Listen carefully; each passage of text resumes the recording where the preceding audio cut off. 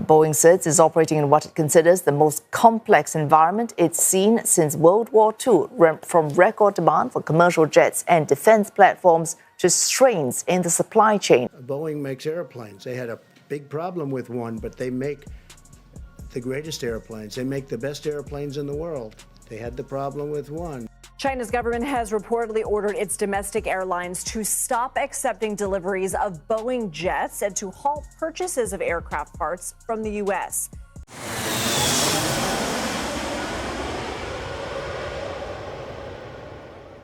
Le plus grand constructeur aéronautique mondial, Boeing, est au cœur d'une crise mondiale qui menace non seulement sa propre survie, mais aussi l'avenir de l'une des industries les plus emblématiques des États-Unis. Ce qui semblait être une décision stratégique de délocalisation de la production au Mexique s'est transformé en une bataille politique et économique aux proportions inattendues. Boeing a décidé de transférer une partie de sa production au Mexique afin de réduire ses coûts. Mais la Maison-Blanche, avec le président américain à sa tête, a réagi par une menace sans précédent. Si le transfert se poursuit, tout avion assemblé en dehors des États-Unis sera soumis à un droit de douane de 200%. Ce qui semblait n'être qu'une simple décision commerciale s'est transformé en un champ de bataille politique et économique. Le PDG de Boeing, Kelly Ortberg, au lieu de céder à la pression politique, a ouvertement défié l'administration. Il a déclaré que Boeing ne céderait pas aux pressions internes, mais chercherait plutôt à étendre ses activités sur les marchés internationaux. Mais c'est cette attitude de résistance qui a déclenché la crise. Ortberg n'a pas seulement défié le gouvernement américain, il a également envoyé un message clair au monde entier. Les grandes entreprises ne seraient plus les otages des politiques internes. Elles se battraient pour leur survie sur le marché mondial, sans les contraintes politiques qui les restreignent. Mais cette décision n'a pas été sans conséquences. La Chine, l'un des plus grands marchés de Boeing, s'est également jointe au conflit. En représailles, elle a appliqué un droit de douane de 125% sur les produits américains et suspendu l'achat d'avions Boeing. Le géant de l'aviation était contraint de cesser ses activités sur l'un des marchés les plus lucratifs au monde. Mais Boeing n'a pas reculé. Ortberg a pris une décision audacieuse. Au lieu de battre en retraite, l'entreprise a réorienté sa production vers les marchés émergents tels que l'Asie du Sud-Est, l'Amérique latine et même l'Asie du Sud. Boeing cherchait à échapper à l'impasse politique aux États-Unis et a tenté de reconstruire sa force sur des marchés présentant moins de barrières commerciales. Cette décision a suscité des réactions immédiates sur les marchés financiers, Boeing enregistrant une augmentation des livraisons d'avions et une croissance de ses revenus. Et l'impact ne se limite pas à Boeing. Les fournisseurs de pièces et de composants qui dépendent directement du constructeur aéronautique commencent déjà à ressentir les effets des droits de douane et de l'incertitude sur le marché mondial. Pour beaucoup de ces entreprises, les mois à venir pourraient être synonymes de faillite et de fermeture.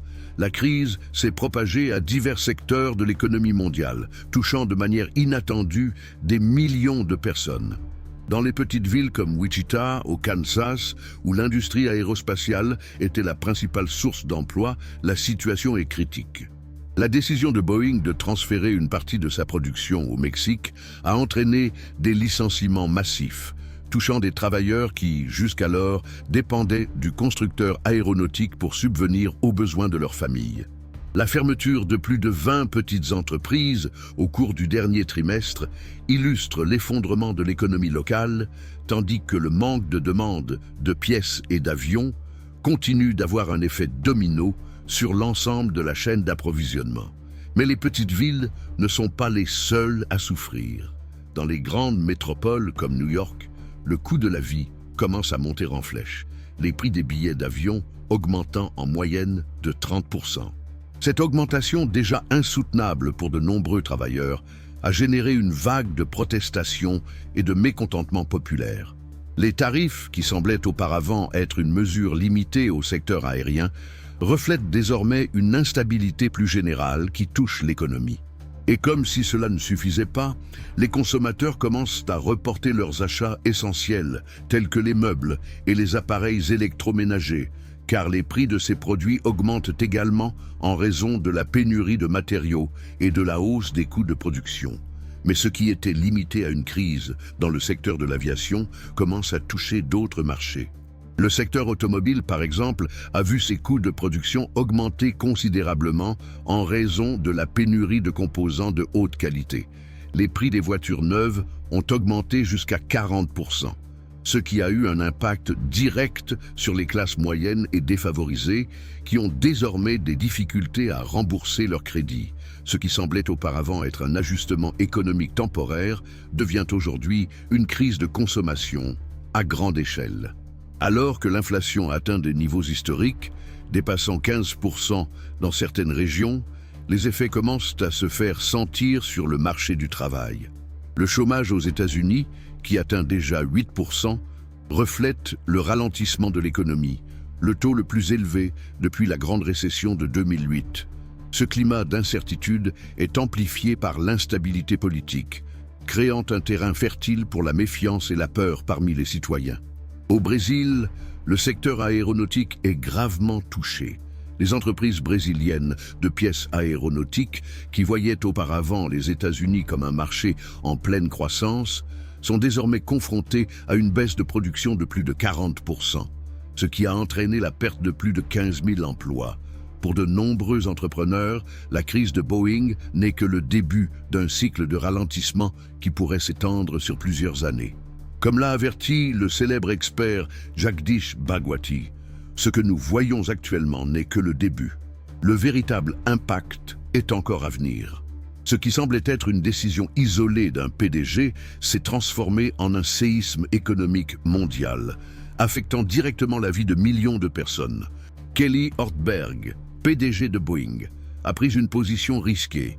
Il a résisté à la pression politique interne et a insisté sur la stratégie de mondialisation de la production, amenant l'entreprise à transférer une partie de sa fabrication vers les marchés émergents. Ce qu'il n'avait pas imaginé, c'est qu'en agissant ainsi, il mettait en péril non seulement Boeing, mais toute la chaîne économique mondiale qui dépendait de la stabilité des grandes multinationales. Le choc est survenu lorsque la Chine, l'un des plus grands marchés de Boeing, a décidé de suspendre la livraison d'avions et de bloquer les achats de pièces aéronautiques aux États-Unis.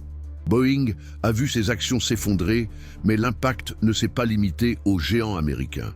La chute de l'entreprise a touché des centaines de fournisseurs et de partenaires commerciaux, semant le chaos financier dans divers secteurs de l'économie mondiale. Alors que Boeing tentait de se redresser en transférant une partie de sa production vers des pays émergents, d'autres compagnies aériennes, telles que Ryanair et Emirates, ont commencé à repenser leur partenariat. L'incertitude croissante concernant les tarifs, qui changeaient chaque jour, est devenue une menace constante pour tous. Le marché de l'aviation, l'un des plus lucratifs au monde, est devenu un champ de bataille où les grandes décisions politiques et commerciales avaient des conséquences immédiates. De petites entreprises du monde entier ont commencé à fermer leurs portes.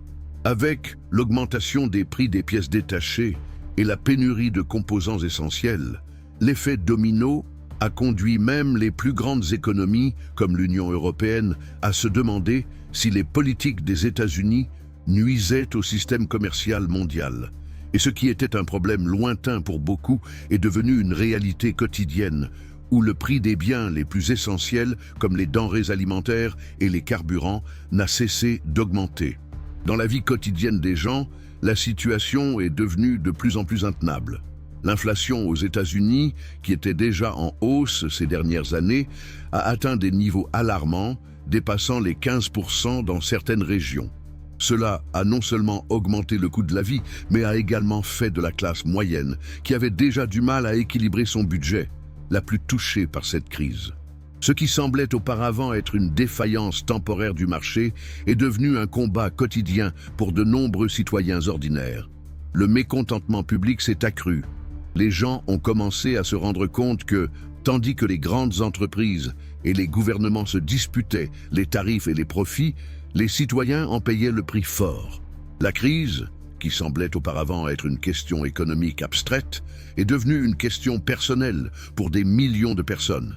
Un sentiment d'insécurité s'est répandu dans les rues et, avec lui, les protestations et les manifestations sont devenues plus fréquentes.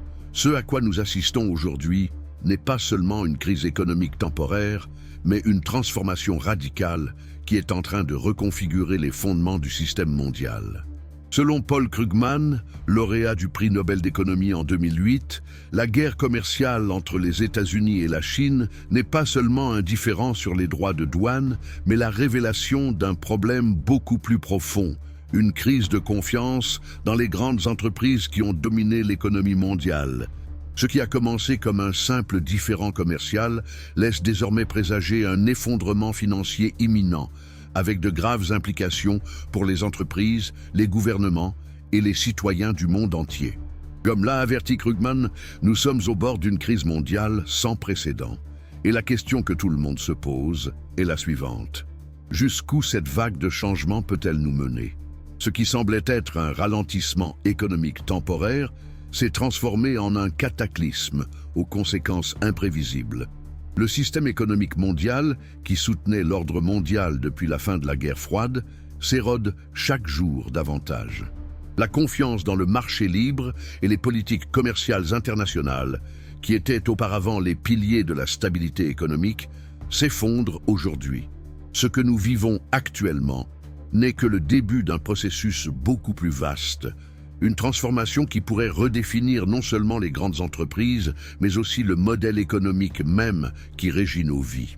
Les choix effectués à ce moment critique détermineront l'orientation de l'économie mondiale au cours des prochaines décennies. Au cours des derniers mois, les effets de cette guerre commerciale sont devenus de plus en plus évidents. Des milliers d'emplois ont été supprimés, des centaines d'entreprises ont fermé leurs portes, et des millions de personnes à travers le monde sont confrontées à une crise qui semble encore difficile à appréhender dans son ensemble. Nous commençons seulement à comprendre l'ampleur de ce changement. Les droits de douane, les sanctions et les choix politiques et économiques des puissances mondiales remodèlent le marché d'une manière que peu de gens auraient pu prévoir. Et ce qui est en jeu, ce ne sont pas seulement les variables économiques, mais aussi la manière dont les personnes, les travailleurs et les familles vont s'adapter à cette nouvelle réalité. C'est un tournant, un moment crucial où l'avenir sera façonné par les décisions prises aujourd'hui. L'impact des droits de douane, des sanctions et de la guerre commerciale s'étend rapidement, et les questions qui se posent sont plus urgentes que jamais. Il n'existe pas de solution simple à cette crise, mais ce que chacun d'entre nous fait aujourd'hui, en tant que citoyen et consommateur, peut influencer la direction à prendre. Et vous, comment voyez-vous l'avenir de cette crise mondiale? Quelles sont vos prévisions concernant les effets de cette transformation sur votre vie et sur la société? N'hésitez pas à partager vos réflexions, à commenter, à aimer et à vous abonner pour continuer à suivre les prochains chapitres de cette histoire qui, sans aucun doute, nous réserve encore de nombreuses surprises. Nous vous remercions infiniment de nous accompagner dans ce voyage de réflexion et d'analyse. Ensemble, nous continuerons à suivre de près les développements de cette crise qui nous touche tous. À la prochaine rencontre.